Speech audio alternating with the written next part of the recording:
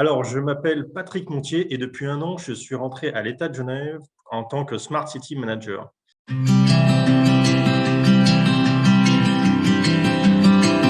L'idée, c'est de porter en fait notre démarche Smart Geneva. En fait, notre vision de la Smart City à Genève, elle rejoint ce qui se passe en fait en Europe du Nord, parce qu'aujourd'hui, ces territoires font face en fait à deux problématiques. La première, c'est l'accélération de l'urbanisation. On sait que 70% des gens iront vivre en ville d'ici 2050. Et on voit que nous, notre territoire sur le canton de Genève est extrêmement dynamique économiquement, du coup attire de plus en plus de personnes. Et on voit bien que plus de monde en ville, c'est aussi plus de voitures, plus de CO2, plus de pollution, et on a des besoins en logement, notamment sociaux, et on a des besoins en ressources agricoles qu'il faut faire venir, et aussi préservation de la biodiversité ou encore de l'eau. Donc ça, c'est la première thématique, avec les conséquences aujourd'hui qu'on connaît.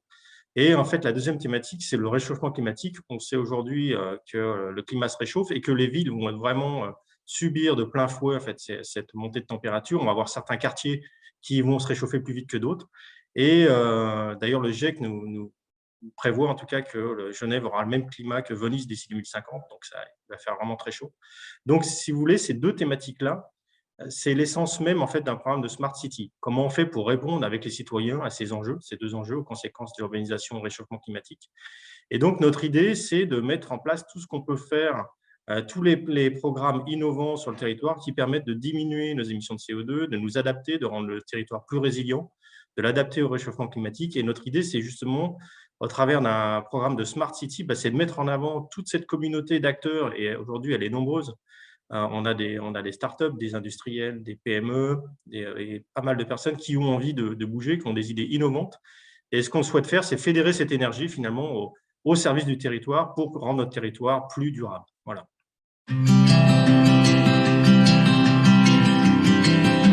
Alors oui, il y a des exemples en Europe du Nord. Quand on regarde en fait en Europe du Nord, bien sûr, on parle aussi de beaucoup de géothermie. On le fait déjà aujourd'hui avec Génilac. On va puiser les calories au fond du lac pour rafraîchir les bâtiments des quartiers entiers et puis pouvoir aussi les chauffer en hiver. Mais on a aussi de la mobilité douce. Aujourd'hui, on parle beaucoup de mobilité as a service, c'est-à-dire qu'on imagine que la ville de demain, on ne prendra pas sa voiture pour directement aller à son travail comme aujourd'hui.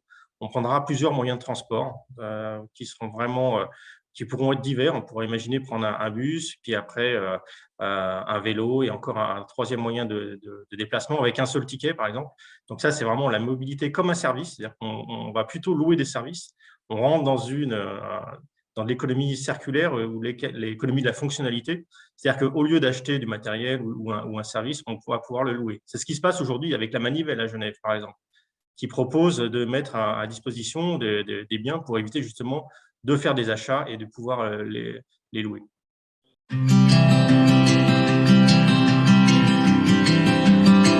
Aujourd'hui, on voit bien, si on reparle de l'économie, de la fonctionnalité, l'économie circulaire, on voit bien qu'aujourd'hui, la tendance, c'est de louer plutôt qu'acheter. Donc, tout ce qui est recyclage, tout ce qui est second marché, fabrication des produits à partir d'autres produits, par exemple, ou de la location de biens ou services, aujourd'hui, c'est une tendance qui est forte et il y a plus en plus de personnes qui se mettent sur ce marché-là.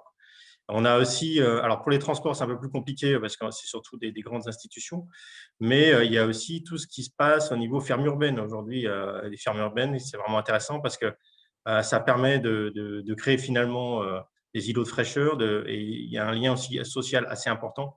Alors aujourd'hui, avec des fermes urbaines en haut des toits ou en bas des immeubles, on ne va pas pouvoir nourrir toute la ville, bien sûr, mais en tout cas, c'est vraiment des opportunités et surtout des lieux, je dirais, de rencontres, de mixité sociale qui sont vraiment importants et qui aujourd'hui commencent un peu à s'aimer dans les villes.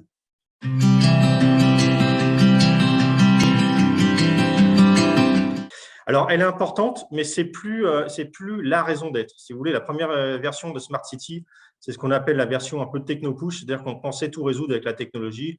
L'Asie est encore bien là-dessus.